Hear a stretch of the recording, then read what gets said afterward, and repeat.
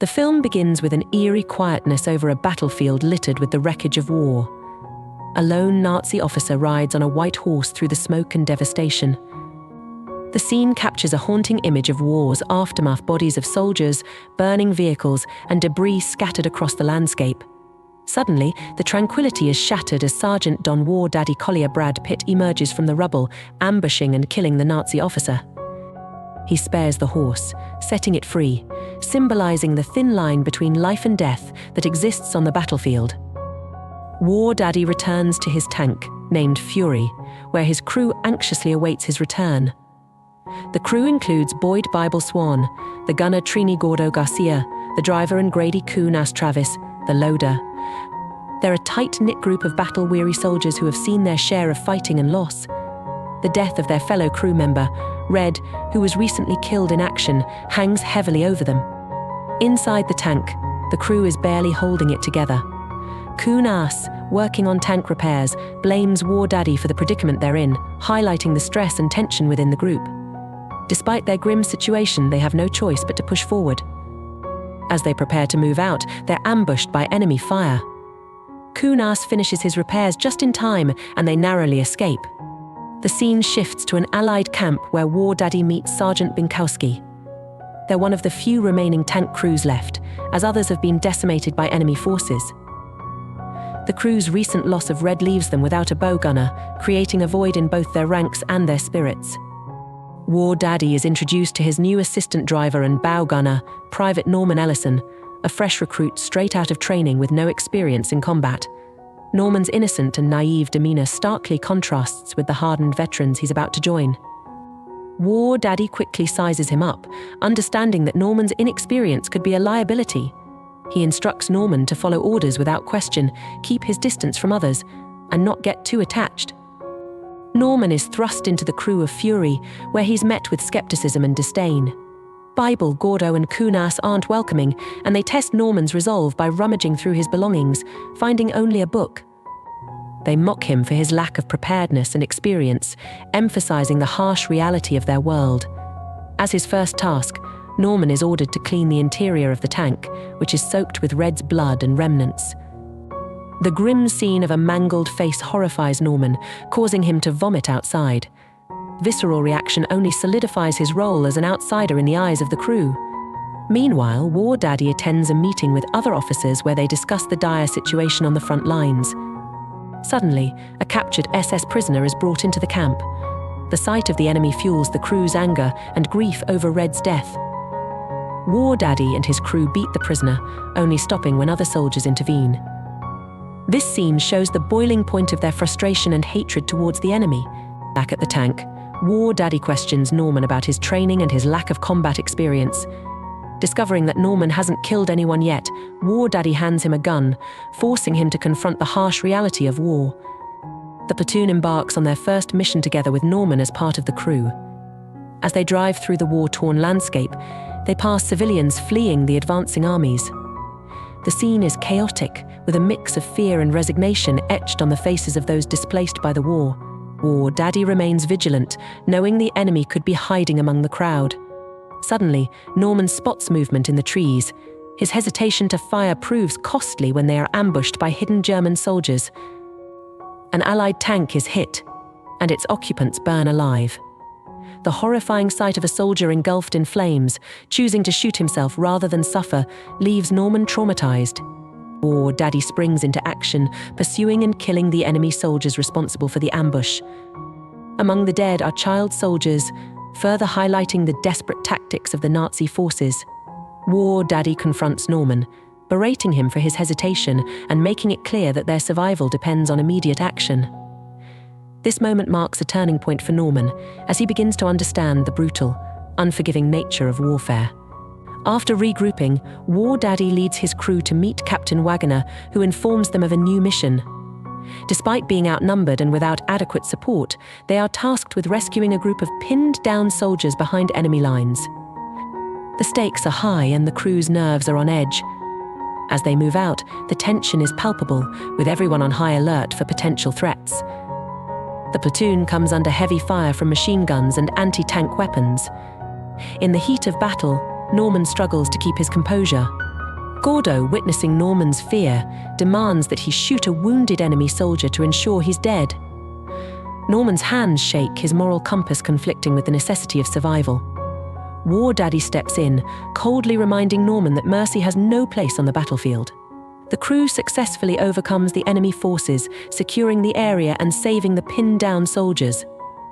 Wardaddy takes Norman aside, talking to him about the grim realities they face. The conversation is both a mentorship and a warning. Wardaddy sees potential in Norman, but knows he needs to harden him to keep him alive. Back at camp, the aftermath of the battle lingers. The crew captures a Nazi wearing an American jacket, revealing the deceptive tactics of the enemy. Wardaddy forces Norman to execute the captured soldier, pushing him further down the path of desensitization. The act leaves Norman shaken, but it also deepens his bond with the crew as they share in the psychological burden of their actions. Bible, a devout Christian, tries to offer comfort, quoting scriptures to reconcile the violence with his faith. The scene is poignant, highlighting the internal conflicts each man faces. As they continue their journey, they come across the grim sight of German civilians hanging from trees, labeled as traitors for refusing to fight for the Nazis. The horrors of war extend beyond the battlefield, affecting civilians caught in the crossfire. The platoon captures a small German town, encountering minimal resistance. Wardaddy orders the crew to search for hidden enemy soldiers. During the search, an old man points them to a building where Nazis are hiding, but he's shot before he can escape. A firefight ensues, but the crew successfully secures the town, forcing the Burgermeister to surrender. Among the prisoners are women and children, showing the desperate state of the German forces. While securing the town, Wardaddy notices a woman peeking through a window. He and Norman investigate, finding Irma and her younger cousin, Emma. Wardaddy offers cigarettes in exchange for food and a place to clean up. In a rare moment of humanity, Wardaddy takes the time to shave. Norman plays the piano and Emma joins him, creating a brief respite from the chaos. Wardaddy encourages Norman to spend time with Emma, leading to an intimate moment between the two. This scene provides a stark contrast to the brutality of war, showing the characters longing for connection and normalcy. The mood is shattered when Gordo, Kunas, and Bible arrive, their crudeness disrupting the fragile peace. The crew's behavior underscores the emotional toll the war has taken on them, their actions a defense mechanism against the trauma they've experienced. Tensions rise, but Wardaddy intervenes, trying to maintain civility. The arrival of a soldier with orders for a new mission cuts the respite short. As they prepare to leave, a German artillery shell hits the town, killing Emma. The loss devastates Norman, his hatred for the Nazis intensifying. Gordo, trying to console him, tells him to channel his anger into the fight. The platoon heads towards a strategic crossroads, a vital location that must be held to ensure the success of the Allied advance. As they approach, they are ambushed by a Tiger tank, one of the most feared weapons in the German arsenal. The battle is intense, with Fury and the Tiger tank engaging in a deadly game of cat and mouse. The Tiger's superior firepower and armor put the crew at a severe disadvantage. Through tactical skill and sheer determination, Wardaddy and his crew manage to outmaneuver the Tiger, destroying it, but at great cost. They are left battered, with their radio destroyed and no backup in sight. Reaching the crossroads, they are immobilized by a landmine, leaving them stranded. Wardaddy orders Norman and Kunas to scout a nearby building for enemy presence. They find a dead German soldier but no immediate threat. Back at the tank, Norman takes the first watch. The tension builds as he hears something approaching. It's an entire SS battalion marching towards them. Realizing they are vastly outnumbered, Bible suggests retreating, but Wardaddy decides to stay and fight. Each member of the crew chooses to stay with him, prepared to make a final stand. They prepare Fury for the impending battle, camouflaging the tank and setting up defensive positions. As the German soldiers surround them, the crew launches a surprise attack, inflicting significant casualties. The battle is chaotic, with bullets flying and explosions shaking the ground. Despite their efforts, they begin to run out of ammunition. Wardaddy makes a desperate run for more supplies but is wounded in the process. Inside the tank, Wardaddy and Bible share a moment of solace, reciting Bible verses as they brace for the inevitable. The crew continues to fight valiantly, but the sheer number of enemies begins to overwhelm them. One by one, they fall. Kunas is killed, followed by Gordo, who sacrifices himself to contain a grenade's explosion. Bible is shot by a sniper, leaving Wardaddy and Norman as the last men standing. Wounded and surrounded, Wardaddy knows they can't hold out much longer. He urges Norman, whom he now affectionately calls Machine, to escape through a hatch at the bottom of the tank. Norman reluctantly agrees, crawling through the mud to safety. As he hides, a young German soldier discovers him but chooses to spare his life, showing a moment of compassion amidst the violence. As dawn breaks, the sounds of battle fade. Norman, covered in mud and blood, hears the approach of a white horse. He returns to the tank, finding Wardaddy's lifeless body. With a heavy heart, he covers his fallen leader with a jacket, preparing to defend himself.